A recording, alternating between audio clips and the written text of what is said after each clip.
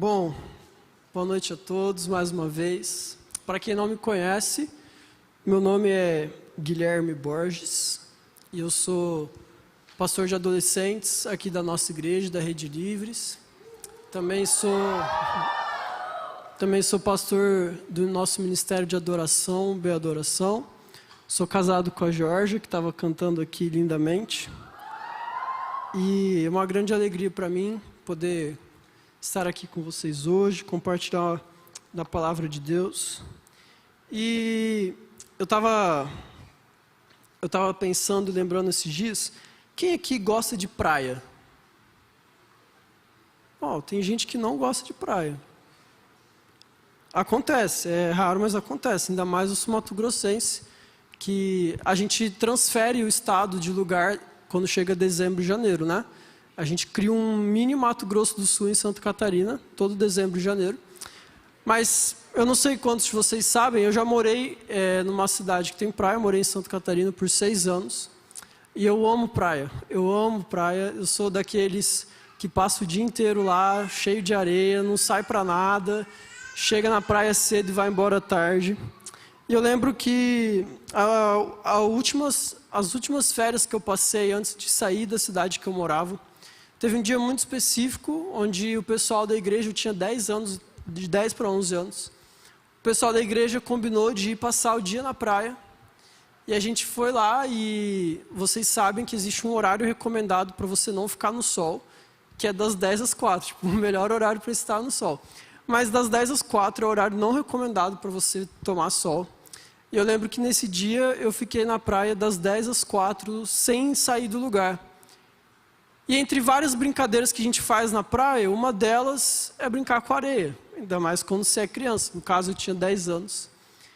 E é interessante pensar que muitas vezes quando a gente está brincando com areia, construindo castelos, esculturas, ou fazendo um buraco muito grande para enterrar alguém, ou cobrindo alguém de areia, são coisas normais, parece que o tempo cria uma nova janela, assim, parece que você cria um novo espaço de tempo e você pode ficar ali horas e horas mexendo naquela areia que você cria um espaço só seu e da brincadeira que você está.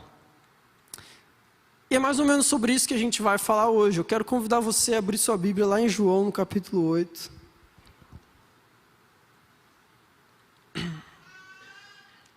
E dessa vez, enquanto vocês abrem a Bíblia, o Rafa pediu para eu dar um recado.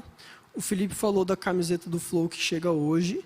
A camiseta do Livres chega na semana que vem. Então, quem ainda não acertou, tem que acertar logo para a gente poder liberar os pedidos. E pessoal, hoje eu vou pedir um pouquinho da colaboração de vocês, porque eu vou falar de alguns assuntos, alguns temas que eu preciso da atenção de vocês. Eu não sei como você tem a sua forma de aprendizado, se é ouvindo, se é escrevendo, se é olhando para mim. Não sei, mas eu quero muito que você saia daqui com alguma coisa na sua mente. Eu quero que você saia daqui com alguma coisa nova de conhecimento. Então, eu quero contar com a sua colaboração para ter atenção naquilo que a gente vai falar. E principalmente eu quero começar explicando algumas coisas da Bíblia que talvez hoje seja a sua primeira vez aqui, ou você tem um contato muito recente com a fé e vê a gente usando alguns termos enquanto a gente canta, enquanto a gente fala, alguns termos que você não conhece. Eu já fiz isso aqui uma outra vez, mas a gente vai aprender novos termos hoje. E a primeira coisa que eu quero falar com vocês hoje é sobre o que é lei. Muitas vezes a gente cantou hoje, né? E os povos virão e virão a Sião aprender a sua lei. Então a gente fala muitas vezes, porque a lei de Moisés, a lei de Deus e não sei o quê. Eu quero explicar rapidamente o que é lei para a gente começar. Então, se você não tem uma ideia sobre o que significa esse termo que os cristãos costumam falar, vou explicar rapidamente. A lei de Deus, ela pode ser definida como uma expressão do caráter justo e santo de Deus. Então, se alguém te perguntar o que é a lei de Deus, você pode dar uma definição simples, que a lei é uma expressão do seu caráter, do caráter de Deus que é justo e santo. Lá no início da Bíblia, a gente vê que Deus criou o homem e mulher à sua imagem e semelhança para viverem de acordo com quem Deus é. E por isso, desde o começo, ele deu várias instruções a Adão e Eva de como se viver essa vida que Deus tinha dado a eles. Nós sabemos que, infelizmente, o homem pecou, o pecado entrou no mundo, e o pecado é a transgressão da lei. Então, quando alguém te perguntar o que é pecado, você pode responder que o pecado é uma transgressão ao caráter de Deus, porque se a lei é uma expressão do caráter de Deus, o pecado é uma transgressão ao caráter de Deus. Vocês estão acompanhando, né? Eu falei que ia ser meio... precisa de atenção. Infelizmente, o homem pecou, ele transgrediu essa lei, e isso trouxe uma série de consequências para todos nós. A principal delas é a morte, mas também a impossibilidade de fazer algo por si só para salvar a si mesmo. Então, a Bíblia nos fala que o salário do pecado é a morte, então aqueles que pecaram merecem a morte, e que não há nada que eu ou você possamos fazer para pagar esse preço. Nem mesmo a nossa própria morte pagaria o preço para reaver algo a respeito da lei. Mas para que não houvesse uma destruição total e um caos completo no mundo assim que o homem pecou, Deus ele constituiu a sua lei e agora ele estabelece a lei de uma forma moral, de uma forma civil e de uma forma cerimonial. Tudo isso é muito importante, tá? E essa lei ela foi instituída e ele entregou essa lei a um povo escolhido de Deus. Lá no início da Bíblia você vai ver isso através de Moisés conduzindo o povo de Deus. E essa lei ela existe para que esse povo vivesse a respeito da forma com que Deus havia planejado, com que eles vivessem os propósitos que Deus tinha para a vida deles, para a vida de todos nós. E ele escolheu esse povo, entregou essas leis ao povo, para que assim não tivesse uma destruição total no mundo. Mas o interessante dessa história a respeito de lei e de pecado é que havia promessa de um Messias, que seria uma pessoa que viria libertar o povo de vez de todo o mal que havia nesse mundo, vamos assim dizer. E esse povo escolhido, viveu por vários anos, milhares de anos, crendo nessa promessa de que haveria um Messias que viria os libertar de todo o mal que eles viviam. Até aqui, tudo bem? Até aqui, tudo bem? Sim, é isso, obrigado. É tipo na escola, tem que responder. Agora eu quero falar um pouco a respeito de culpa e condenação. Então eu falei até agora de lei e pecado. Agora eu quero falar a respeito de culpa e condenação, ok? Fato é que ao pecar, o homem se afasta de Deus e não consegue mais viver a vida para a qual ele foi feito por conta própria. Eu já disse isso. E existe uma culpa, existe uma condenação para todos aqueles que transgridem a lei. E isso é muito importante da gente entender. Existe uma culpa e uma condenação para todos aqueles que transgridem a lei, ok? Agora, eu quero falar um pouquinho, e bem rapidamente, de alguns aspectos da lei que são muito importantes para o texto que a gente vai ler hoje. Eu ainda nem comecei o texto. Mas, para a gente entender exatamente o que se passou no episódio que veremos na Bíblia, a gente precisa entender esses conceitos. E nessa lei moral, cerimonial e civil que Deus instituiu para o seu povo lá através de Moisés, existem alguns aspectos dela que são importantes para nós. O primeiro deles é sobre adultério. O adultério, ele era um pecado prevalente nos tempos de Moisés, também nos dias de Jesus, e olha só, também nos dias de hoje. Infelizmente, o adultério é um pecado que tem feito parte da nossa sociedade há muitos anos. Muitos anos. E o adultério, na verdade, naquela época, ele era considerado um dos mais terríveis pecados. E olha só o que a lei, essa lei que eu falei, moral, civil, cerimonial, o que a lei diz sobre isso? A gente vai ler alguns versículos. O primeiro é Levíticos 20, versículo 10 diz assim: se um homem adulterar com a mulher do seu próximo, será morto, o adúltero e a adúltera. Então, o adultério é um pecado, para um pecado existe uma culpa e uma condenação, e aqui o texto fala que aquele que adulterar será morto, o homem e a mulher, ok? Deuteronômio 22, versículo 22 e 24, também é a respeito do adultério. Se um homem for encontrado deitado com uma mulher que tem marido, ambos devem ser mortos. o homem que se deitou com a mulher e a mulher. Assim vocês eliminarão o mal de Israel. Se uma moça virgem tiver casamento contratado e outro homem a encontrar na cidade e tiver relações com ela, vocês devem trazer ambos ao portão daquela cidade e apedrejá-los até que morram. A moça, porque não gritou por socorro, estando na cidade, e o homem, porque humilhou a mulher do seu próximo. Assim vocês eliminarão o mal do meio de vocês. Então, o adultério, quando um homem se deita com uma mulher que não é dele, ou estava prometido ao casamento, ou era casado, é um pecado, é uma transgressão da lei, é uma transgressão ao caráter de Deus, e para isso existe uma consequência. E aqui, nesses dois versículos que a gente leu, nesses dois trechos, os dois falam que quem adultera deve ser morto. E interessante que nesse segundo que a gente leu, Deuteronômio 22, 22 e 24, o texto fala que eles devem ser levados para fora da cidade e serem apedrejados. Olha só. E sobre isso, agora eu vou fazer uma pausa e falar sobre apedrejamento. Então a gente aprendeu, recapitulando, sobre a lei, sobre o pecado, sobre culpa, sobre condenação, sobre o adultério e agora sobre apedrejamento. Está todo mundo comigo? Eu estou tentando falar rápido para a gente sair daqui antes de 9h30. Brincadeira. Mas não tem problema também.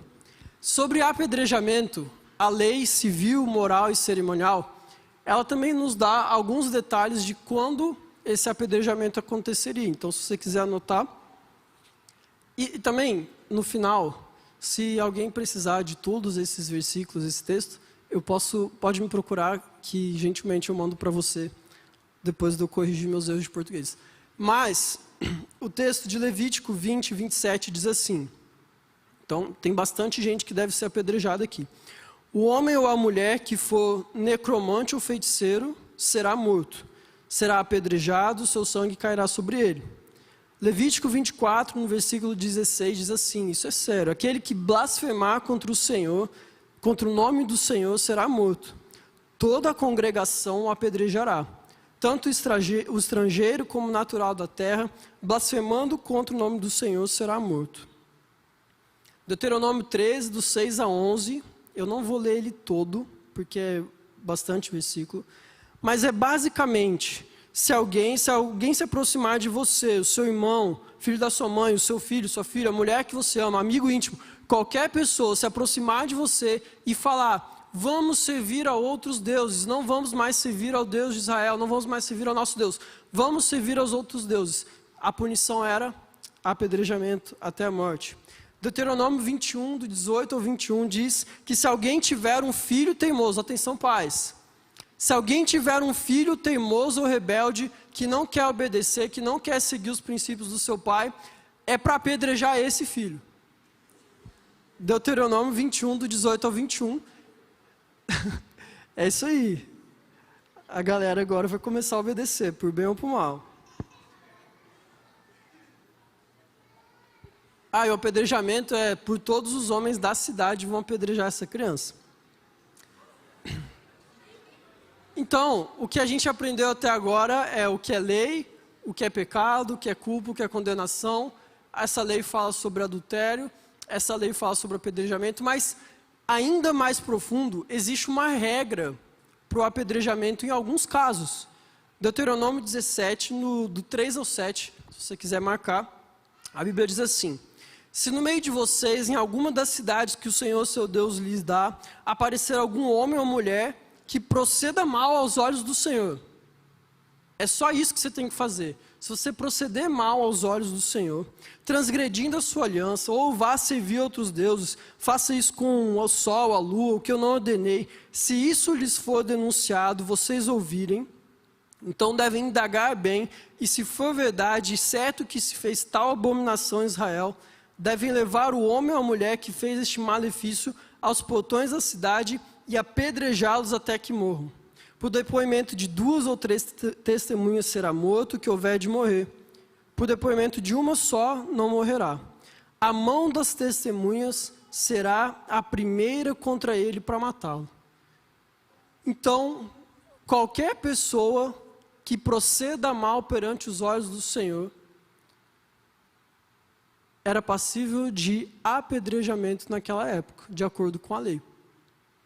E essa pessoa, se houvesse alguma testemunha, pelo menos duas testemunhas contra o que essa pessoa fez contra Deus, então era direito ainda da testemunha atirar a primeira pedra. E era assim que funcionava por um certo tempo naquela época, na época aqui de Israel, na época de Moisés. E é interessante porque os anos foram se passando, né? E aí aconteceu várias coisas na história de Israel, o povo se perdeu de vez, e aí lá no final do Antigo Testamento a gente vê a lei sendo restaurada, as pessoas zelosas foram levantadas pela lei, guardando os princípios do Senhor, até que chegamos em Jesus, e aí vamos ler João 8 agora. Quer dizer, antes de ler, eu preciso falar só um pouquinho a respeito desse texto. E desculpa, eu não gosto dessa expressão, mas eu vou ter que falar ela algumas vezes essa noite. Vocês estão comigo ainda? Sim? Que bom. Bom, o nosso texto de hoje, João 8, do versículo 1 a 11, ele é um tanto quanto complexo. Não é um texto fácil. E começa pela sua origem, porque as evidências todas apontam para que esse texto não foi escrito por João. Começa por aí. E ele está no livro de João. Os manuscritos mais antigos não constam esse trecho escrito, ainda mais aqui. Ele é um texto meio deslocado, ele parece até mais um texto que poderia ser de Lucas do que do próprio João. Mas, ao mesmo tempo, a narrativa tem todos os sinais de que é um fato que historicamente já aconteceu e de que é um texto inspirado por Deus. Então, não tem motivos para a gente duvidar de que isso aqui não é a palavra de Deus. Isso aqui realmente aconteceu, talvez não exatamente aqui onde está nas nossas Bíblias atuais, mas a gente tem várias provas e várias testemunhas que possam comprovar que isso existe. E ainda assim, eu vou usar o livro de João para contextualizar um pouquinho mais vocês a respeito do que estava acontecendo aqui antes da gente poder ler. No capítulo 1 de João, nós temos a revelação de que Jesus, ele é Deus, ele era o Filho de Deus, e havia já um testemunho sobre ele, os primeiros discípulos foram se ajuntando. No capítulo 2, Jesus inicia seu ministério realizando milagres, e ele já arranja um certo tipo de confusão, criticando o comércio que acontecia dentro do templo, dentro da casa do Senhor. E comércio tanto literal quanto espiritual. No capítulo 3, Jesus tem um encontro com um fariseu. E a gente vai falar um pouquinho mais sobre os fariseus daqui para frente. Mas ele revelou qual era a sua verdadeira missão aqui na terra. No capítulo 5, Jesus cura um paralítico e ele começa a ter sua autoridade enquanto mestre questionada. No capítulo 6, Jesus anda sobre as águas, multiplica os pães. Ele afirma que ele é o alimento necessário para que todos pudessem viver. E Jesus acaba perdendo alguns seguidores por causa das suas duras palavras. Mas alguns deles tiveram uma revelação de quem ele era. Ele era o dono das palavras de vida eterna. No capítulo 7, que é o anterior ao que nós vamos ler, houve uma certa incredulidade dos próprios irmãos de Jesus. Também chega a época da festa dos tabernáculos, uma festa que aquele povo comemorava costumeiramente. E há então uma certa controvérsia entre Jesus e os judeus. E agora sim, a gente vai começar a ler o nosso texto, João 8, do versículo 1 até o 11, amém?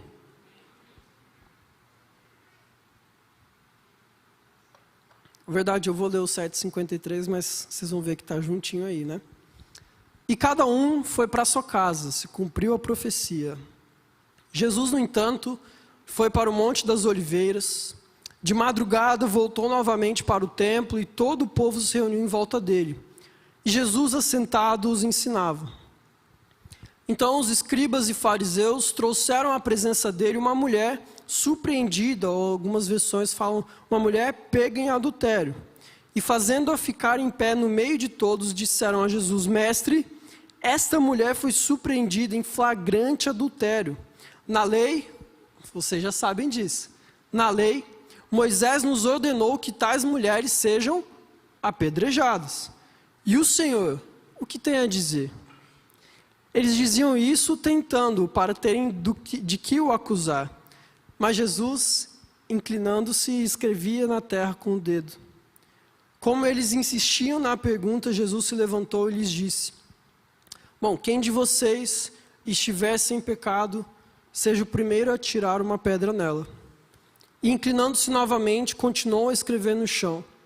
Mas eles, ouvindo essa resposta, foram saindo um por um, a começar pelos mais velhos até os últimos, ficando só Jesus e a mulher em pé diante dele. Levantando-se Jesus, perguntou a ela: Mulher, onde estão eles? Ninguém condenou você? E ela respondeu: Ninguém, Senhor. Ninguém, Senhor. Então Jesus disse: Também eu não a condeno, vá e não peques mais. Amém? Quero analisar rapidamente com vocês os personagens aqui que o texto nos apresenta. Vamos falar primeiro dos escribas e dos fariseus. Quem eram os fariseus? Talvez, como eu falei, se você é novo na fé, se você está chegando agora, ou essa é a sua primeira vez aqui na igreja, muitas vezes a gente fala dos fariseus, até usa de forma debochada, né? Seu fariseu, seu legalista, sei o quê. Quem eram os fariseus? Os fariseus são aqueles que popularmente chamamos de religiosos da época. Mas, na verdade, eles eram um grupo de pessoas extremamente letradas, conhecidas da lei, e eles eram, aparentemente, muito conservadores, guardiões da verdadeira lei e da pureza do povo. Os escribas, que o texto também fala, eles eram homens instruídos, responsáveis por estudar a lei e transcrevê-la. Então, tudo aquilo que a gente conversou aqui, os caras sabiam, assim, fácil. O que é adultério? Onde está adultério? Lá, Levítico, eles sabiam. Isso aqui era fácil para eles. Eles conheciam muito bem isso que a gente falou. Mas, analisando esses escribas e esses fariseus aqui, tem algo interessante, porque uma rápida lida nesse texto, sabendo aquilo que a gente conhece, não parece que eles estão tão interessados assim em guardar a lei. Até porque eles já sabiam qual era a resposta. Eles não precisavam que Jesus respondesse a eles. Eles já sabiam que o que se faz com uma pessoa que cometeu adultério de acordo com a lei era matá-la. Eles já sabiam disso. E, aos poucos, isso aqui vai parecendo para a gente que não está legal. A intenção deles não está legal. Como eu falei no capítulo anterior, esses caras, eles estavam debatendo com Jesus, eles estavam entrando em controvérsias com Jesus, eles estavam irritados com aquilo que Jesus estava fazendo. Inclusive, esses caras aqui mandaram guardas irem prender Jesus. Eles queriam prender Jesus, queriam que ele parasse de fazer o que ele estava fazendo. Mas os próprios guardas que eles enviaram não foram capazes de prender Jesus, porque falaram: esse homem fala de um jeito que eu nunca ouvi na vida. Ninguém jamais pronunciou as palavras que esse homem pronuncia. Eu não posso prendê-lo. Então eles estavam extremamente irritados. E o que me parece é que eles não estavam se importando com a santidade, com guardar a lei, com fazer alguma coisa desse tipo. O que eles queriam, na verdade, era pegar Jesus. O que eles queriam, eles não estavam se importando com a mulher, eles queriam mesmo era acusar Jesus. Essa era a missão verdadeira deles. O próprio Nicodemos, se você ler alguns versículos antes daquele que a gente leu, ele falou assim: será que a nossa lei condena um homem, falando de Jesus, sem primeiro ouvi-lo e saber o que ele fez? A Bíblia vai nos mostrar que esses caras, eles estavam tão desesperados em fazer o mal contra Jesus, que na cabeça deles, eles, sabe aquela coisa que você quer tanto algo a qualquer custo? Eles já estavam assim, já não estavam se importando com a lei. O que eles queriam era fazer mal para Jesus. Mas a segunda personagem que a gente tem nesse texto é a mulher adúltera. A mulher, provavelmente, ela aproveitou o tempo de festa, era tempo de festa em Israel, festa dos tabernáculos. Provavelmente ela, junto a outro cidadão, aproveitou o tempo de festa, talvez tenham passado do ponto na bebida, e de fato ela adulterou. E ela era uma mulher adúltera. E a palavra grega usada aqui para adultério é exatamente no sentido de uma relação extraconjugal. Para uma mulher que fosse casada, que viesse a cometer esse pecado, o crime era, a sentença era que ela fosse morta. Mas pode ser também que ela não fosse casada, mas já estava prometida com um contrato firmado com alguém em casamento, e por isso eles citaram o apedrejamento. Lembra que a gente leu isso há um tempo atrás. Mas fato é que ela foi pega no ato. Ela foi pega em flagrante, não havia desculpa. Ela era adúltera, ela tinha pecado, ela tinha sobre ela uma culpa e uma condenação. Não tinha como fugir. E você vai ver que o texto, talvez ela não tenha tido oportunidade, mas ela nem tenta se justificar. Ela sabia que ela errou. Essa lei sobre o adultério que a gente comentou aqui, era de comum conhecimento naquela época. Porém, a gente não pode desconsiderar que essa mulher aqui, ela estava passando por uma humilhação pública. Ela foi provavelmente arrastada à força, porque se ela foi pega em flagrante, provavelmente, eu tentaria fugir, né? Mas ela foi pega, foi provavelmente arrastada. E o que parece aqui é que não houve algum tipo de dignidade com ela. Sim, ela cometeu um pecado cuja a condenação era a morte. Mas, nesse texto aqui, o que aparenta mais é uma figura de miséria. Ela parecia mais ser uma peça na mão de quem queria fazer mal para Jesus. Tipo assim, ela adulterou, mas tanto faz. Tanto faz, ela pode morrer, ela pode viver, não quero saber dela. Quero fazer mal para Jesus. E aqui nós temos Jesus. Esse homem simples de Nazaré.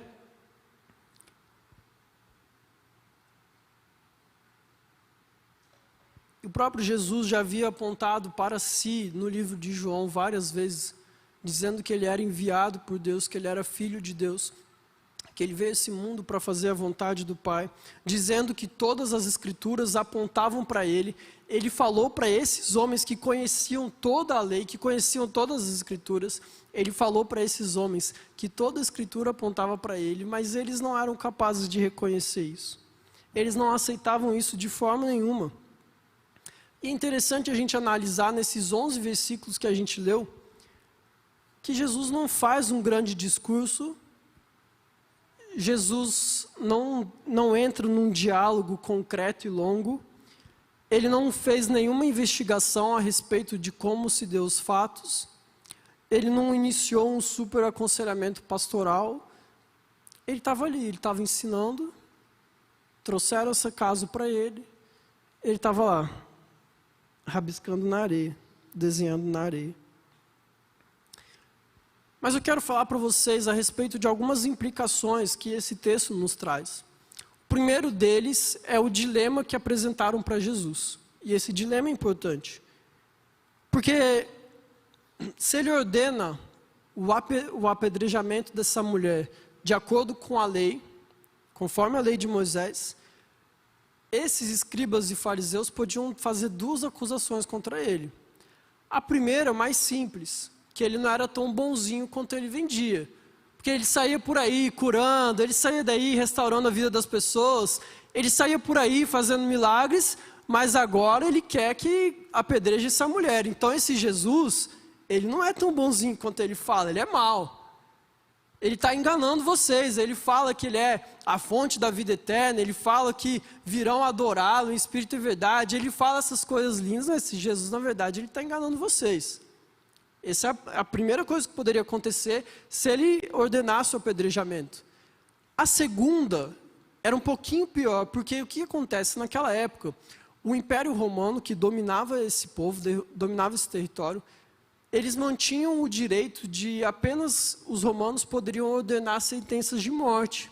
Então, se Jesus falasse, ordenasse que aquela mulher fosse morta, automaticamente eles iam falar isso para os romanos, falar, tem um bagunceiro aí que está desrespeitando as leis que vocês mesmos imporam, então prendam ele e matem ele.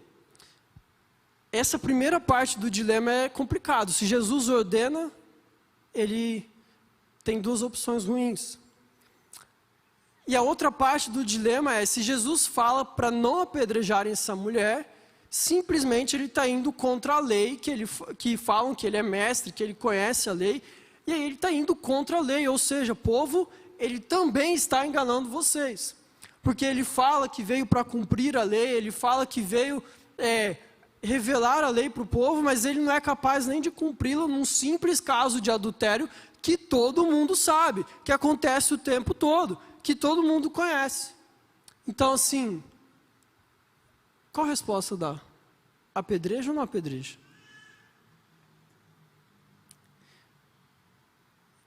E aqui nós precisamos avaliar, porque a intenção desses acusadores era fazer mal a Jesus. E a outra implicação que esse texto nos dá é, mais uma vez, falar a respeito de julgamento e pecado, porque a Bíblia realmente fala que Jesus veio para cumprir a lei, lá em Mateus 5,18. E a lei, meus irmãos, a lei é santa. Eu falei para vocês que lei é a expressão do caráter de Deus, que é santo e justo. A lei é santa e o pecado é maligno, não o contrário. Lembre-se que a lei ela foi criada como uma expressão do caráter de Deus.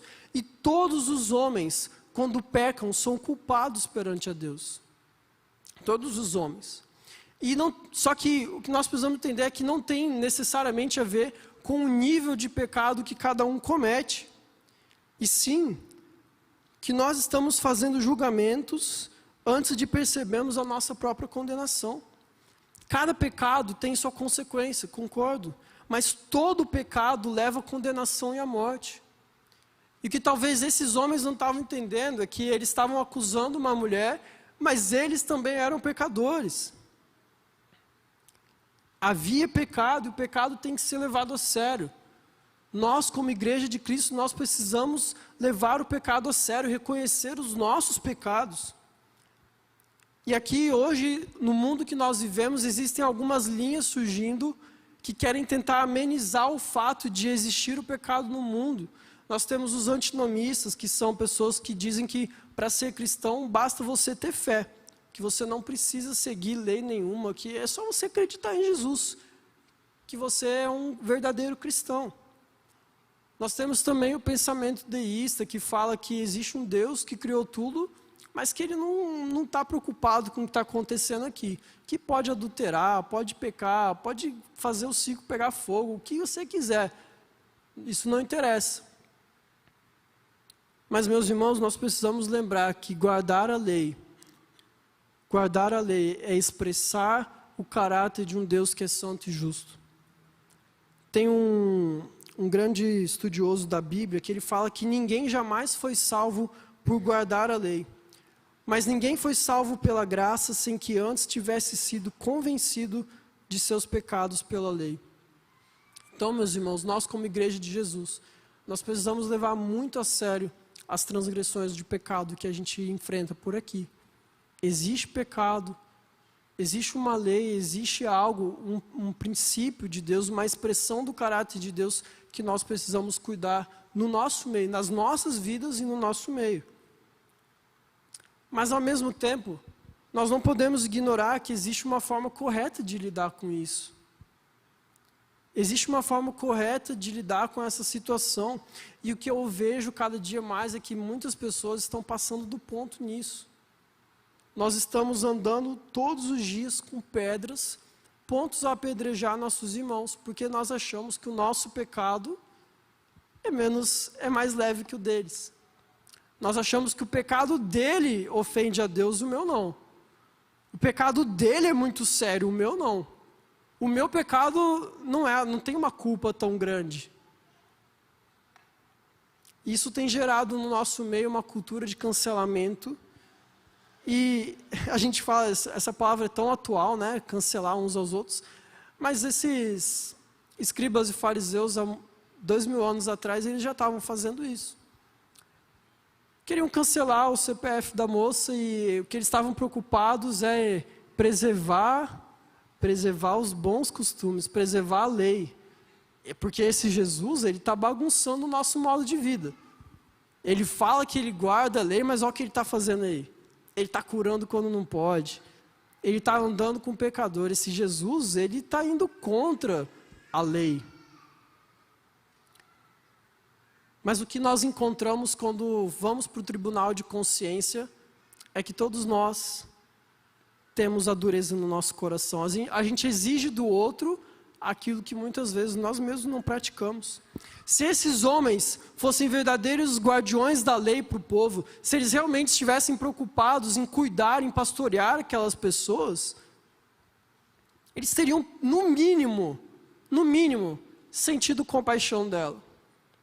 Porque lá em Juízes, no capítulo 21, no versículo 6, quando a tribo de Benjamim é exterminada, os outros filhos de Israel tiveram compaixão do seu irmão, dizendo: hoje foi eliminada uma das tribos de Israel. Muitas vezes nós estamos parecendo com esses homens nas relações que a gente constrói aqui dentro da igreja. A gente é muito rápido para julgar o pecado do outro. A gente é muito rápido para acusar uns aos outros. E, meus irmãos, a gente não pode ser assim. Até parece que o tribunal dos homens é mais rigoroso do que o tribunal de Deus. E Davi, ele fala em 2 Samuel, no capítulo 24, ele fala assim: eu quero cair na mão de Deus e não na mão dos homens, porque os homens são terríveis. E a verdade é que nós somos terríveis. Nós somos terríveis para acusar uns aos outros. É muito rápido, é muito fácil. Está na ponta da língua o pecado do outro. O nosso a gente nem lembra. E, meus irmãos, isso é terrível. A Bíblia nos traz uma série de versículos falando a respeito de como devemos cuidar disso. Como devemos olhar para o nosso pecado, aprender sobre não julgar os outros para não sermos julgados. Na igreja de Corinto, eles chegaram a um ponto, a igreja, corpo de Cristo, noiva de Jesus, eles chegaram a um ponto que havia tanta desavença entre eles, que eles estavam indo para o tribunal, um irmão contra o outro. E Paulo, ele dá uma tapão neles e fala assim: cara, é sério que vocês, que ouviram do evangelho, que conhecem a verdade, vocês estão indo para o tribunal um contra o outro, vocês não são capazes de se resolver um com o outro? Sério que precisa desse nível de desavença dentro da igreja? Meus irmãos, nós precisamos lutar contra tudo isso no meio da igreja. Nós não podemos ser assim. Nós não podemos ser acusadores uns dos outros. Nós não podemos ficar preocupados só com o pecado do outro e esquecer do nosso pecado. A gente não pode ser assim, amém?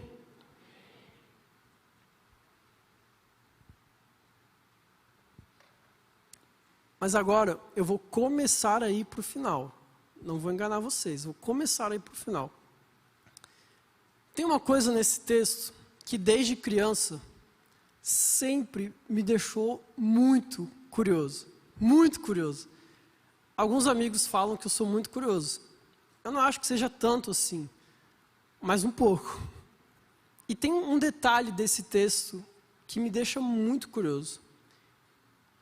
E a verdade que o que me deixa curioso é o que Jesus estava escrevendo na areia. O quê? Porque lá no versículo...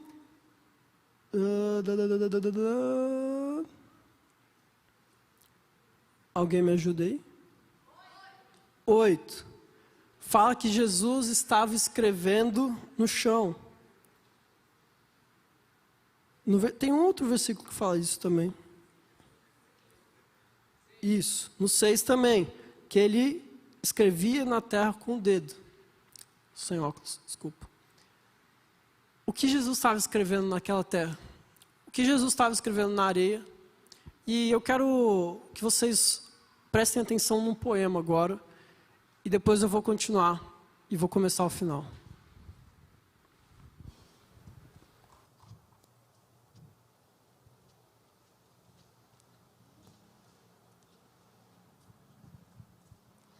No meio de uma turba de homens loucos, ela estava assustada e só. Quando vozes cheias de ódio gritavam que ela deveria agora ser apedrejada, no ar, ao seu redor, pendurava-se um vasto e inexprimível amor. Quem sabe no meio de qual lição brilhante ele estava? De início, encarou a fúria do desprezo farisaico, mas então se inclinou e de pronto tornou-se o olho calmo da tempestade. Essa foi sua resposta, silenciosa, à exigência obscura e cruel. Toda uma vida em um momento, enquanto ele rabiscava na areia. Foi silêncio, foi música, foi absurdo. Ele inclinou-se bem alto, sem dizer uma única palavra, o mesmo dedo da mão forte que havia escrito os 10 mandamentos, por agora estava simplesmente rabiscando na areia. Dentro do espaço e do tempo em que ele havia escrito na areia, eles passaram a ouvir e ver tanto quanto puderam compreender.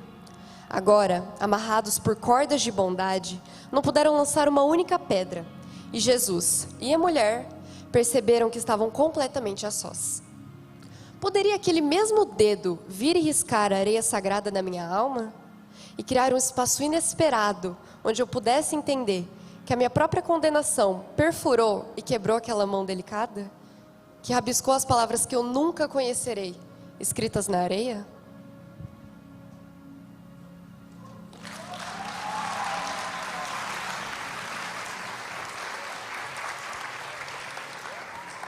Existem inúmeras suposições a respeito do que Jesus estava escrevendo na areia naquele momento. Na verdade, para começar, a palavra usada pode servir tanto para escrever quanto para desenhar. A dúvida começa por aí. Alguns vão dizer que o que Jesus estava escrevendo eram os nomes e os pecados de cada um daqueles homens que trouxeram a mulher. Alguns estavam dizendo que ele estava escrevendo uma palavra de aviso para aqueles escribas e fariseus. Outros vão dizer que Jesus estava só rabiscando de forma desatenta, nem ligando muito para o que aqueles caras estavam falando. Outros vão dizer que Jesus estava escrevendo sentenças de juízo de acordo com a lei. Alguns vão dizer que Jesus não queria dizer nada e por isso ele ficou brincando com a areia. Outros vão dizer que talvez Jesus estava simbolizando e sinalizando como se estivesse escrevendo as tábuas de Moisés. Foi um desenho, um rabisco, um silêncio na história. Na nossa história, na história daquela mulher, na história daqueles homens. A Bíblia diz que Jesus veio a esse mundo revelar o Pai e nos mostrar uma nova maneira de viver e de enxergar o mundo. E é uma maneira onde não há méritos. Não há méritos para ninguém. O que existe é a necessidade de graça. Ao revelar o Pai, Jesus mostra para aqueles homens e para nós que o caráter de Deus, ele é muito mais santo e justo do que a gente pode imaginar. Parece que Jesus veio amenizar as coisas, mas na verdade ele aumentou o rigor, porque ele falou para aqueles que o ouviam, que se vocês pensam que o adultério é o ato flagrante, na verdade o adultério ele acontece na mente de cada um de vocês. Quando vocês olham para uma mulher e a cobiçam em pensamento, vocês já estão cometendo adultério. Mas ao mesmo tempo, ele tornou a lei muito mais compreensível, no sentido de que não importa o seu esforço, não importa o tanto de sacrifício, não importa o que você faz, esse preço você não ia pagar. Não tem como. Não tem como. Sozinho não tem como. Você pode ser a pessoa mais zelosa. Não dá, não tem como. Isso traz uma nova perspectiva para todos nós. Porque não mais se destrói o mal eliminando quem o cometeu. Agora a gente acaba com o mal oferecendo ao pecador uma nova condição de vida. Uma vida de santidade através de Jesus Cristo. O único que poderia tirar a pedra, o único que não tinha pecados, ele não o fez. E sabe, não é uma tentativa de amenizar o pecado dela, porque Jesus, ele não fez isso, ele sabia que ela era pecadora. Se aqueles homens tivessem ido à frente, seria justo. Ela pecou, ela merecia a morte. Mas também é justo quando eu e você que pecamos, morramos também, porque é isso que a Bíblia diz. É isso que a Bíblia diz. Jesus, ele poderia ter tornado público o segredo do coração de cada um daqueles homens. Ah, você quer apedrejá-la, mas você sabe o que você fez semana passada e não contou para ninguém. Ah, você também quer apedrejá-la, mas nesse momento você está olhando para ela e está olhando para o corpo dela desejando. Seu hipócrita. Quer apedrejar, mas está consumindo com desejo. Ele poderia ter feito isso, afinal ele sabe de todas as coisas. Mas a principal intenção dele aqui não é só livrar a mulher do apedrejamento ou acusar esses homens. Ele estava apresentando aqui que existe um preço que ninguém pode pagar, mas também que existe salvação para aqueles que precisam. Veja, meus irmãos, perdão de pecados não é um salvo-conduto para você continuar pecando. E essa não é uma palavra que eu estou dizendo para vocês a fim de eliminar a disciplina na igreja. Nós vamos continuar exortando uns aos outros. Nós vamos continuar tratando o pecado como pecado. Isso não muda. Mas agora a gente tem uma nova perspectiva para enfrentar o nosso pecado, o pecado do nosso irmão. O versículo mais famoso da Bíblia, João 3,16, vocês conhecem. Mas o 3,17 a gente pouco fala. Jesus diz que Deus enviou o seu Filho ao mundo, não para que condenasse o mundo, até porque o mundo já estava condenado, mas para que o mundo fosse salvo por ele. Meus irmãos, em geral, ninguém peca esperando ser pego. Às vezes que eu pequei intencionalmente, e são várias, eu não espero ser pego. Geralmente a gente peca como? Escondido. O barulho, como a gente viu nesse poema, ele não estava incomodando Jesus. Imagino que devia estar um clima tenso, as pessoas se empurrando ali. Tem que apedrejar mesmo, a lei disso, sei o quê. O barulho com certeza não incomodou Jesus, porque ele ficou rabiscando na areia. Mas eu tenho certeza que incomodou aquela mulher. Sabe por quê? Porque esse barulho me incomoda todos os dias. O barulho de saber que eu sou pecador. Meus irmãos, eu não preciso que vocês me lembrem não, porque eu acordo todo dia com a consciência de que eu sou pecador. Todos os dias. E muitas vezes esse barulho é uma constante lembrança do erro, uma constante lembrança da morte, uma constante lembrança de que o que eu merecia era morrer. E sabe o que é interessante? Porque a hora que Jesus disse essas palavras, aquele que não tem pecados, que atire a primeira pedra, o texto fala que um por um eles foram saindo, dos mais velhos para os mais novos. Mas uma pessoa ficou. Uma pessoa ficou. E foi a mulher. Talvez você pensou, bom, eu aproveitaria a oportunidade. For aquele que não tem pecado, atire a primeira pedra, tá todo mundo saindo, eu vou sair também. Mas ela ficou porque um homem de verdade se importou com ela. A gente falou de tantos personagens, eu acabei nem citando. Cadê o homem que cometeu esse adultério junto com ela? Cadê o homem que cometeu esse adultério? Não era homem de verdade. Talvez fugiu, era mais forte, eles não conseguiram segurar. Mas essa mulher se encontrou com um homem de verdade. Um homem que ia mudar a história dela, um homem que estava mudando a história dela. Eu fico pensando, talvez ela ficou lá sentada esperando uma nova sentença, né? Bom, esses caras aí todos saíram e ele ficou. Acho que ele vai atirar a primeira pedra. Mas eu gosto de pensar que ela não tinha outro lugar para ela ir. Assim como aconteceu com Pedro, quando algumas pessoas começaram a abandonar Jesus por causa das duras palavras. E atenção, é uma dura palavra. Jesus não tirou a sentença dela até agora. É uma dura palavra.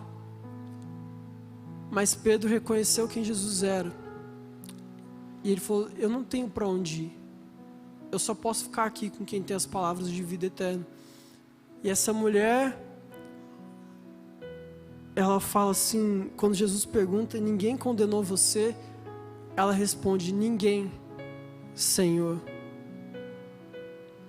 E aqui o Senhor é uma palavra de reverência, uma palavra de reconhecimento à divindade de Cristo. Ninguém, Senhor. E Jesus fala, eu também não a condeno. Vá e não peques mais.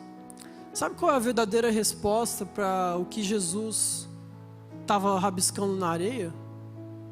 A verdadeira resposta é que não interessa. Tanto faz. Porque naquele momento ele começou a desenhar na vida daquela mulher. E quando eu tive essa experiência profunda com esse texto, eu lembro onde eu estava, o que aconteceu. E quando eu ouvi desse poema, eu fiquei assim, cara, ele escreveu na minha alma, na alma de um pecador, na alma de alguém que não merecia, e ele mudou a minha vida para sempre. Por um momento, todo o barulho daquele ambiente cessou. Por um momento, Jesus criou, assim como nas nossas brincadeiras na areia, Jesus ele criou um novo espaço de tempo ali naquele lugar. E não importava mais nada, só importava Ele. Vocês entendem isso? O que aquela mulher fez ou deixou de fazer, o que aqueles homens estavam tentando fazer, não importa mais. Jesus ele criou um novo espaço naquele lugar, onde a única coisa que importava era, sabe quem? Ele. Porque essa história, ela não é sobre a mulher, essa história não é sobre os fariseus, essa história não é sobre mim, essa história não é sobre você. Essa história é sobre Jesus e o que Ele pode fazer. A verdade é que o que nós enfrentamos hoje, e a verdadeira causa de tudo isso, das nossas acusações mútuas, dos nossos julgamentos preconceituosos, por causa daquilo de desavenças entre irmãos na igreja, por causa de uma cultura de cancelamento muito forte nas redes sociais. Tudo isso é porque a gente não está parando para ouvir os espaços que Jesus tem criado. E a gente tem moldado na nossa cultura e na nossa sociedade um Jesus que atende o que eu quero. Ora, é um Jesus que acusa o meu irmão. Ora, é um Jesus que alivia o meu pecado. E a gente tem vivido assim, tentando colocar Jesus dentro dos moldes que agrade a nossa cultura. E vai chegar um tempo onde a Bíblia fala que Jesus vai vir e vai julgar vivos e mortos. Mas o que Ele está fazendo nesse momento, meus irmãos? O que Jesus está fazendo nesse momento? Ele está desenhando nas nossas vidas. Ele está rabiscando na areia do nosso coração. Ele está criando espaços de oportunidade para que eu e você paremos um pouco, sabe? Essa cultura de agitação, de acusação, que a gente para um pouco, respira e fala: tem alguém que se importa comigo? Tem alguém que me lembra do meu pecado?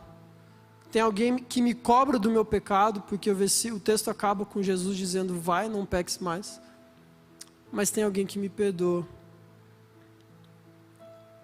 1 João 1,8 diz que aquele que não tem pecado nenhum engana a si mesmo. Então, a pedra, ela não serve nem para mim nem para você. Mas a Bíblia também diz que é Deus quem apaga as transgressões. A Bíblia diz que em Jesus Cristo nós temos o perdão dos pecados. A Bíblia diz que se alguém pecar, nós temos um advogado junto ao Pai, que é Jesus Cristo, o justo. Meus irmãos, nós não precisamos de pedra. Assim, entendam bem que tem a licença poética, né? Uma hora a gente fala para construir a casa na pedra e não na areia, mas para esse fato aqui, que a gente precisa de mais areia e menos pedra entre nós. Para esse caso aqui, o que a gente precisa é deixar Jesus fazer os desenhos dele na nossa vida. E parar de tentar ficar carregando pedra para acusar o meu pecado, porque o tempo inteiro você tem que se lembrar, você é um pecador, você é um pecador. E sabe o que isso vai causar em nós? Quando nós deixamos com que Jesus crie esses espaços entre nós, vai mudar a vida de todo mundo, vai mudar a nossa relação com Deus. Porque agora eu reconheço que eu peco, mas eu sei que eu tenho alguém que me cuida, eu sei que alguém que me perdoa e faz com que eu mude de vida. A lei continua sendo santa. Mas também muda a nossa relação com nós mesmos, porque agora eu reconheço e eu vivo uma vida diferente. Eu vou e não peco mais. Eu vou e não peco mais. E também muda a nossa relação uns com os outros.